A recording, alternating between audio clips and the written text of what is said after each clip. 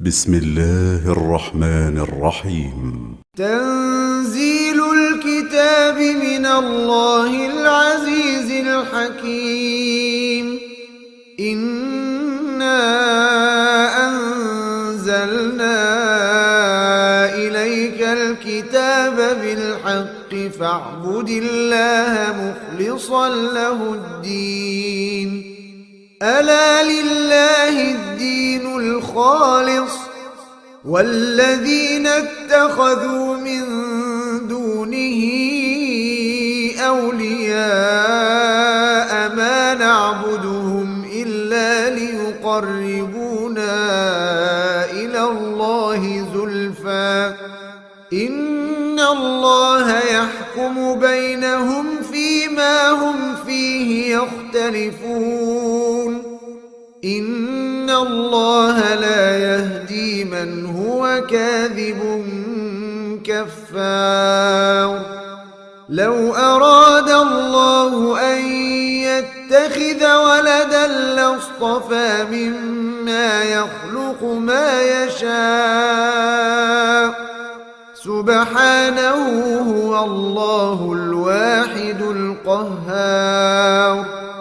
خلق السماوات والأرض بالحق يكور الليل على النهار ويكور النهار على الليل وسخر الشمس والقمر كل يجري لأجل مسمى ألا هو العزيز الغفار. خلقكم من نفس واحدة ثم جعل منها زوجها وأنزل لكم من الأنعام 8 أزواج يخلقكم في بطون أمهاتكم خلقا من بعد خلق في ظلمات 3 ذلكم الله ربكم له الملك لا إله إلا هو فأنى تصرفون. إن تكفروا فإن الله غني عنكم ولا يرضى لعباده الكفر وإن تشكروا يرضه لكم ولا تزر وازرة وزر أخرى ثم إلى ربكم مرجعكم فينبئكم بما كنتم تعملون إنه عليم بذات الصدور. وإذا مس الإنسان ضر دعا ربه منيبا إليه ثم إذا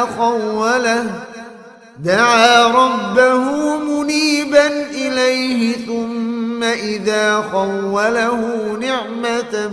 منه نسي ما كان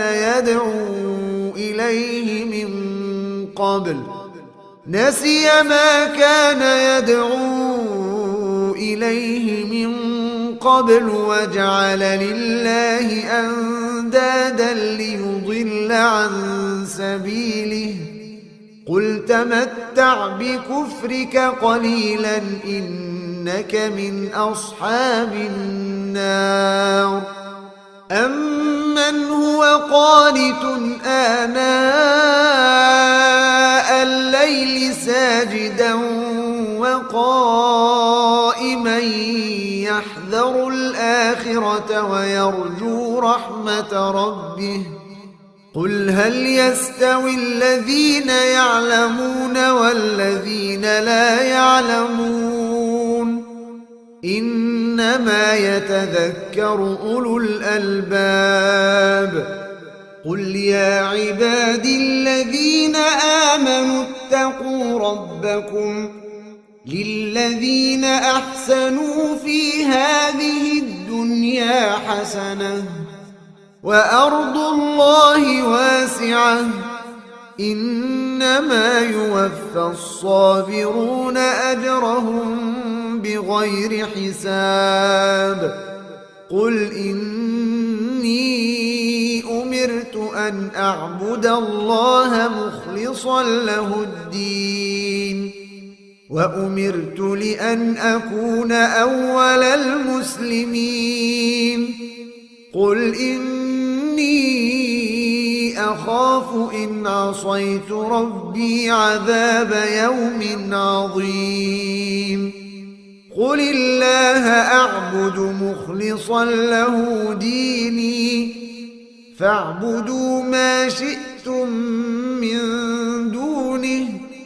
قل إن الخاسرين الذين خسروا أنفسهم وأهليهم يوم القيامة ألا ذلك هو الخسران المبين لهم من فوقهم ظلل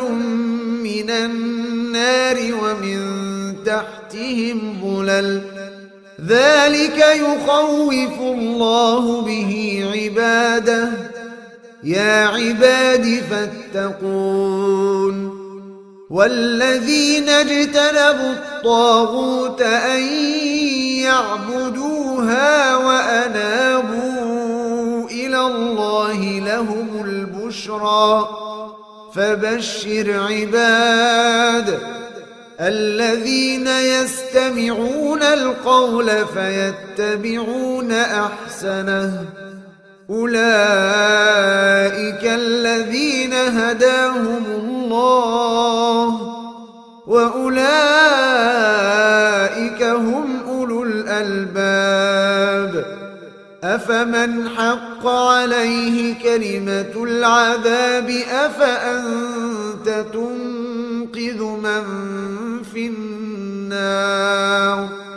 لكن الذين اتقوا ربهم لهم غرف من فوقها غرف مبنية تجري من تحتها الأنهار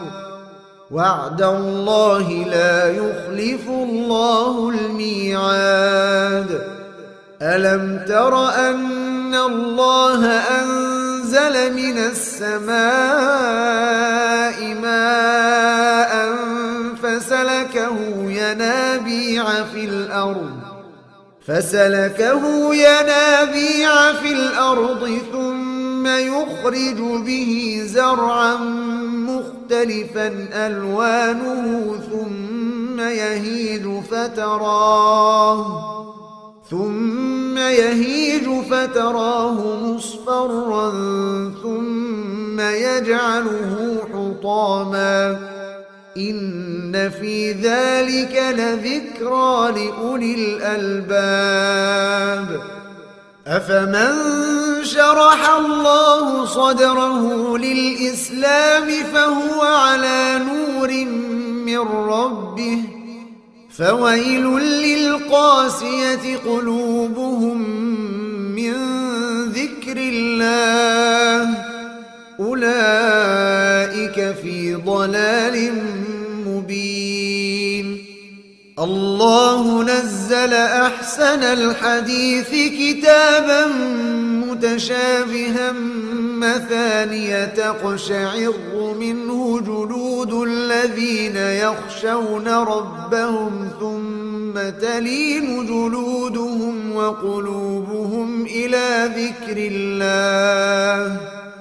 ذلك هدى الله يهدي به من يشاء ومن يضلل الله فما له من هاد أفمن يتقي بوجهه سوء العذاب يوم القيامة وقيل للظالمين ذوقوا ما كنتم تكسبون كذب الذين من قبلهم فأتاهم العذاب من حيث لا يشعرون فأذاقهم الله الخزي في الحياة الدنيا ولعذاب الآخرة أكبر لو كانوا يعلمون ولقد ضربنا للناس في هذا القرآن من كل مثل لعلهم يتذكرون قرآنا عربيا غير ذي عوج لعلهم يتقون ضرب الله مثلا رجلا فيه شركاء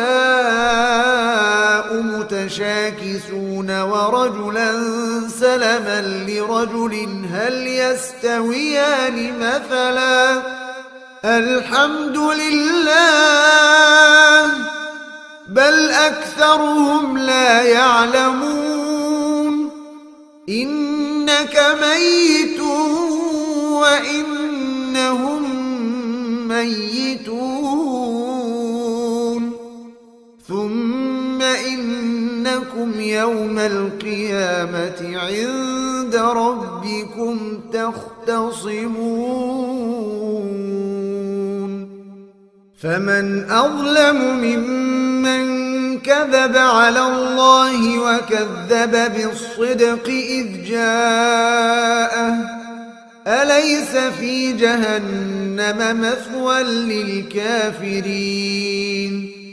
والذي جاء بالصدق وصدق به أولئك هم المتقون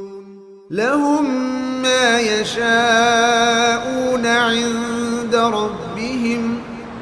ذلك جزاء المحسنين ليكفر الله عنهم أسوأ الذي عملوا ويجزيهم أجرهم بأحسن الذي كانوا يعملون أليس الله بكاف عبده ويخوفونك بالذين من دونه ومن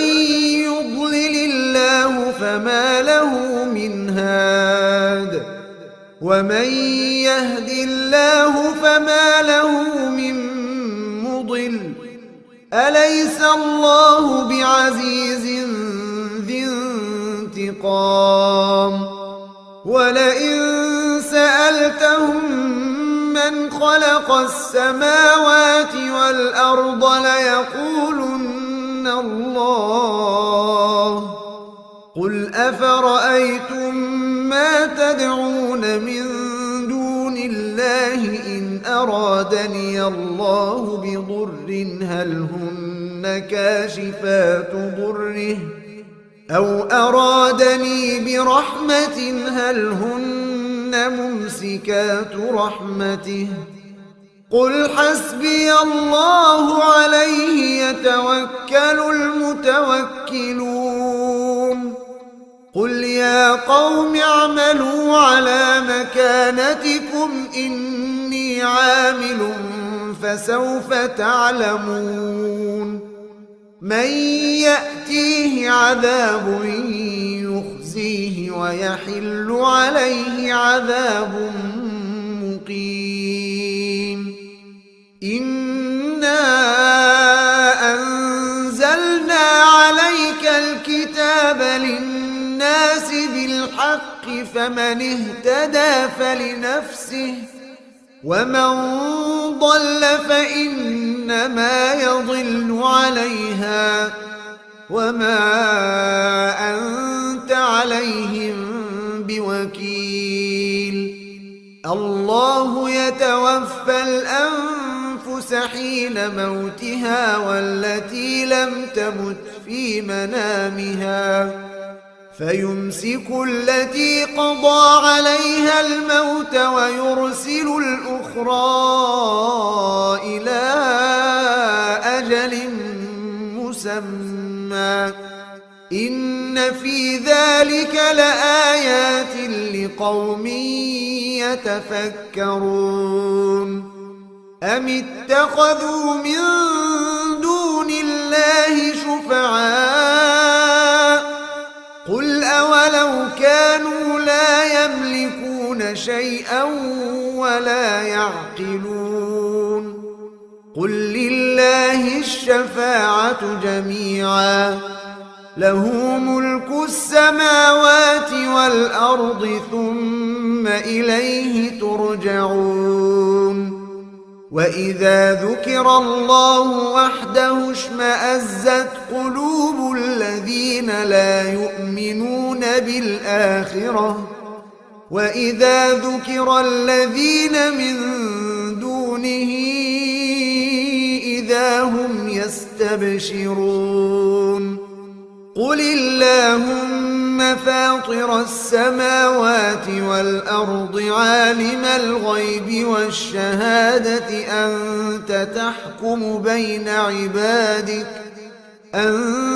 تحكم بين عبادك فيما كانوا فيه يختلفون ولو أن للذين ظلموا ما في الأرض جميعا ومثله معه لافتدوا به من سوء العذاب يوم القيامة وبدا لهم من الله ما لم يكونوا يحتسبون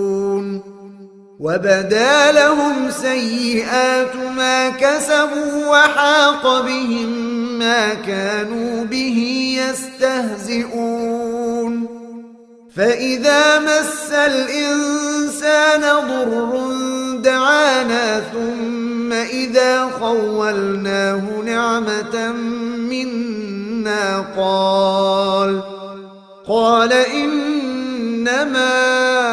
أوتيته على علم بل هي فتنة ولكن أكثرهم لا يعلمون قد قالها الذين من قبلهم فما أغنى عنهم ما كانوا يكسبون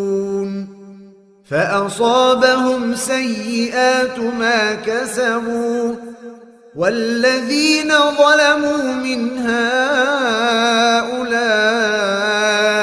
سيصيبهم سيئات ما كسبوا وما هم بمعجزين أولم يعلموا أن الله يبسط الرزق لمن يشاء ويقدر إن في ذلك لآيات لقوم يؤمنون قل يا عبادي الذين أسرفوا على أنفسهم لا تقنطوا من رحمة الله إن الله يغفر الذنوب جميعا إنه هو الغفور الرحيم وأنيبوا إلى ربكم وأسلموا له من قبل أن يأتيكم العذاب ثم لا تنصرون واتبعوا أحسن ما أنزل إليكم من ربكم من قبل أن يأتيكم العذاب بغتة وأنتم لا تشعرون أن تقول نفس يا حسرة على ما فرطت في جنب الله وإن كنت لمن الساخرين أو تقول لو أن الله هداني لكنت من المتقين أو تقول حين ترى العذاب لو أن لي كرة فأكون من المحسنين بلى قد جاءتك آياتي فكذبت بها واستكبرت وكنت من الكافرين ويوم القيامة ترى الذين كذبوا على الله وجوههم مسودة أليس في جهنم مثوى للمتكبرين وينجي الله الذين اتقوا بمفازتهم لا يمسهم السوء ولا هم يحزنون الله خالق كل شيء وهو على كل شيء وكيل له مقاليد السماوات والأرض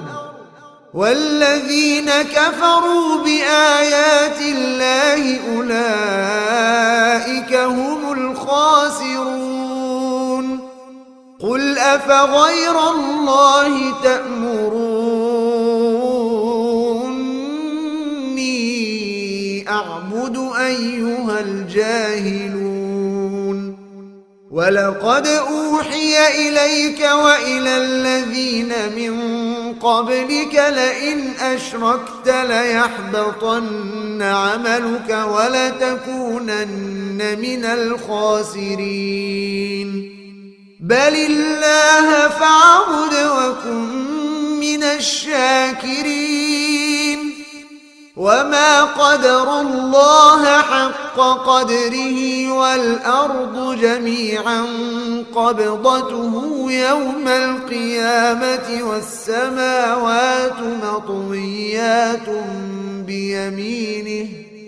سبحانه وتعالى عما يشركون ونفخ في الصور فصعق من في السماوات ومن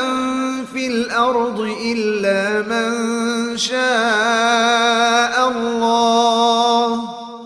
ثم نفخ فيه أخرى فإذا هم قيام ينظرون وأشرقت الأرض بنور ربها ووضع الكتاب وجيء بالنبيين والشهداء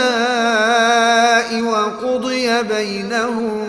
بالحق وهم لا يظلمون ووفيت كل نفس ما عملت وهو أعلم بما يفعلون وسيق الذين كفروا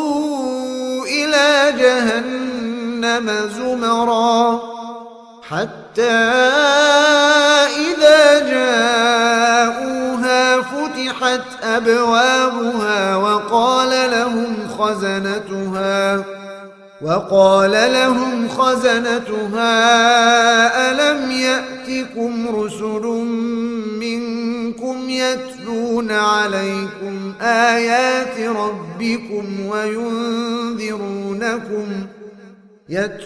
عليكم آيات ربكم وينذرونكم لقاء يومكم هذا قالوا بلى ولكن حقت كلمة العذاب على الكافرين قيل ادخلوا أبواب جهنم خالدين فيها فبئس مثوى المتكبرين وسيق الذين اتقوا ربهم إلى الجنة زمرا حتى إذا جاءوها وفتحت أبوابها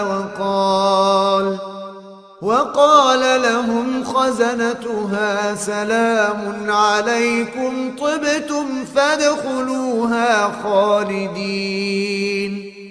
وقالوا والحمد لله الذي صدقنا وعده وأورثنا الأرض نتبوأ من الجنة حيث نشاء فنعم أجر العاملين وترى الملائكة حافين من حول العرش يسبحون بحمد ربهم وقضي بينهم بالحق وقيل الحمد لله رب العالمين.